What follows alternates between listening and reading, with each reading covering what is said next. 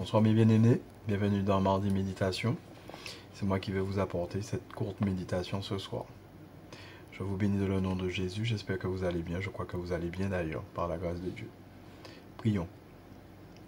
Père éternel, Dieu d'amour, Dieu tout-puissant, merci Seigneur encore pour cette journée que tu nous as donnée, Seigneur. Vraiment bénis-nous en ce soir, Seigneur, sur cette méditation, Seigneur. Sois béni Père, sois loué, sois exalté, Seigneur, dans le nom de Jésus. Amen.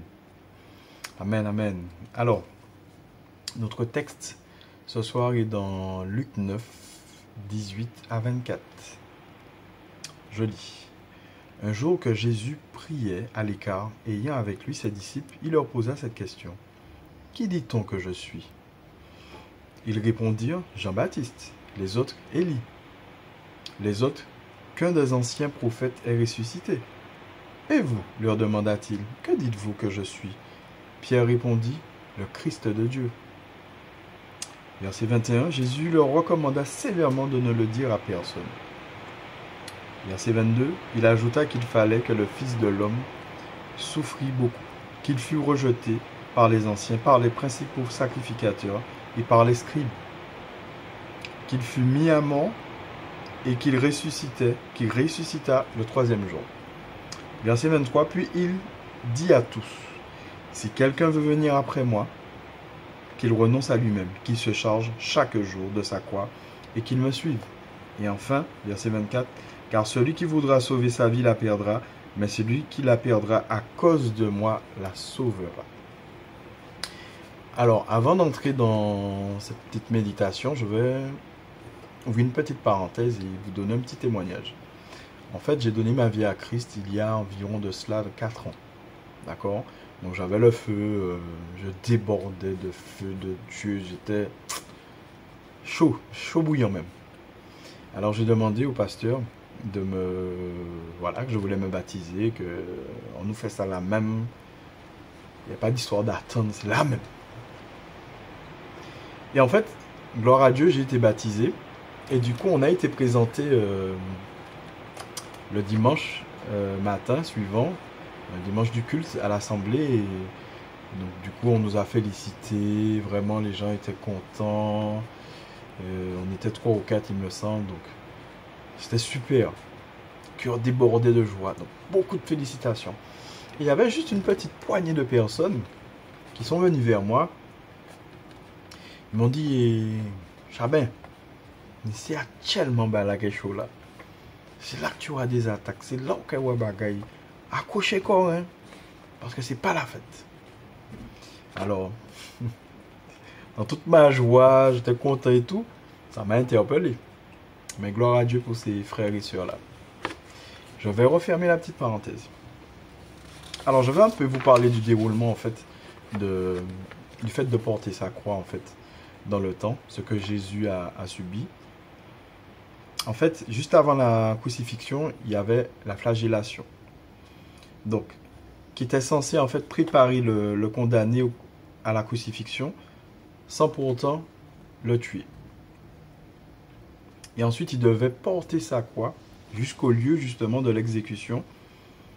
Et il traversait toujours la ville, en fait, jusqu'en dehors de la ville. Et en fait, il fallait vraiment que ce supplice soit, en fait, soit à vue d'œil. Ça veut dire que il fallait que ce supplice soit en évidence aux yeux des passants.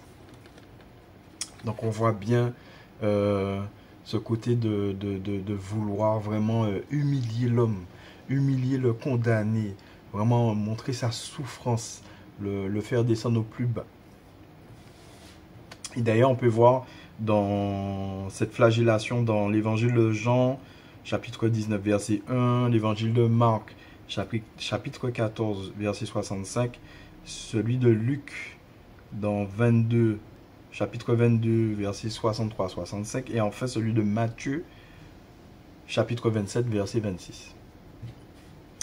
En fait, je vais vous citer un auteur en fait, qui a un petit peu raconté, en fait, on va dire qu'il a un petit peu mis en évidence en fait, cette partie du fait de porter sa croix en fait. De Jésus. Alors je cite. Pour les Romains qui dominent la Judée, alors dans la Judée, Le supplice de la croix est la peine la plus infamante qui soit. Alors, je ne connaissais pas le terme infamante, j'ai cherché sur le dictionnaire. Alors, infamante, c'est qui entache l'honneur et la réputation. Donc, ça a été la plus infamante qui soit. Celle que l'on inflige aux esclaves qui se sont révoltés et à ceux que l'élite nomme les brigands. Ce terme employé par les autorités des ennemis à éliminer coûte que coûte et par tous les moyens. En somme, on crucifie ceux qui sont coupables d'avoir contesté l'ordre établi. Donc on voit bien cette volonté vraiment de mise à mort, d'humilier en fait le prochain, d'humilier le brigand, d'humilier celui-même qui était de la haute société mais qui a voulu peut-être ne pas... Enfin, celui qui a contesté l'ordre établi. Voilà.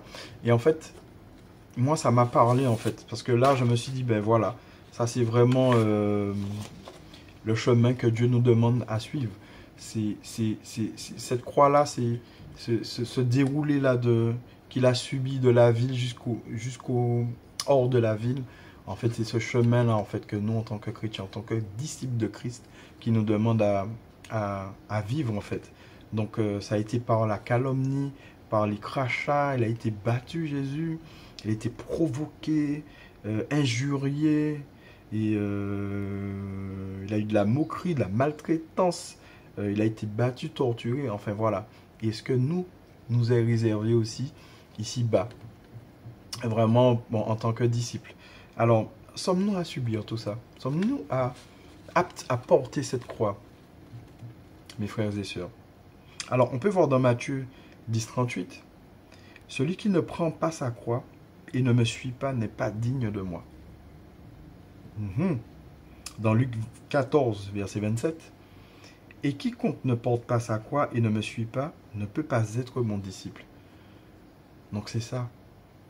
On est amené à subir ça, mes frères et sœurs. On est amené à subir ça.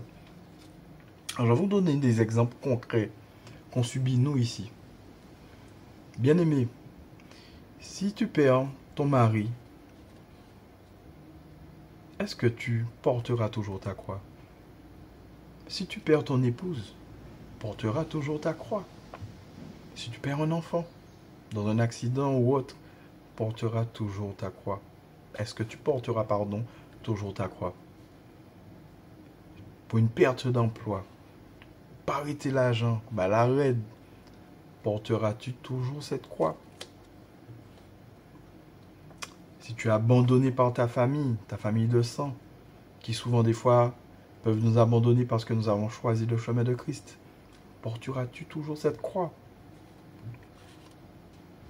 Des fois nous sommes incompris. Des fois le patron nous prend la tête parce qu'il est sur notre dos. On a un collègue qui nous fait des coups bas. Porteras-tu toujours cette croix?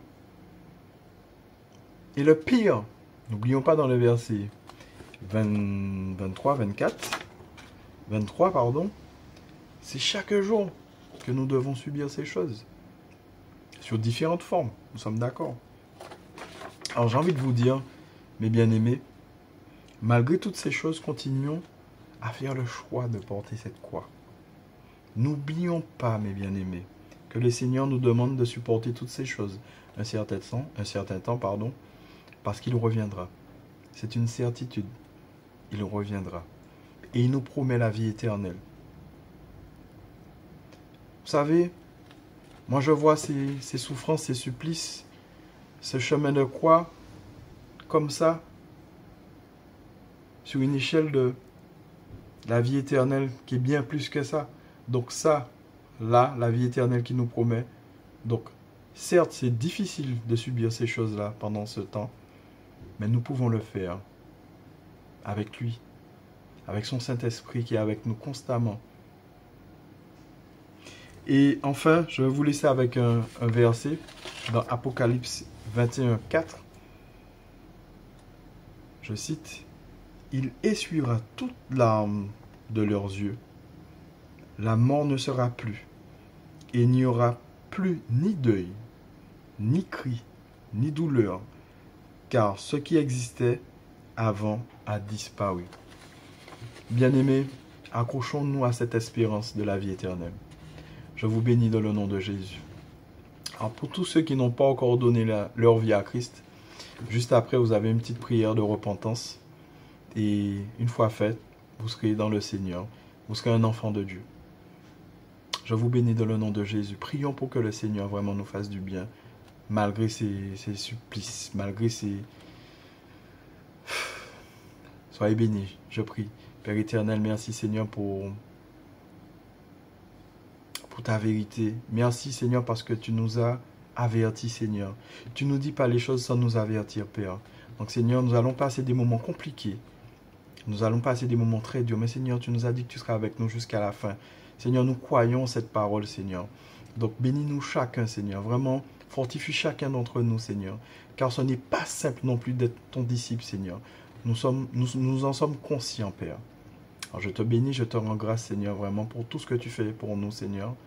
Dans le nom de Jésus que je t'ai prié. Amen. Bonne soirée mes bien-aimés. Soyez bénis.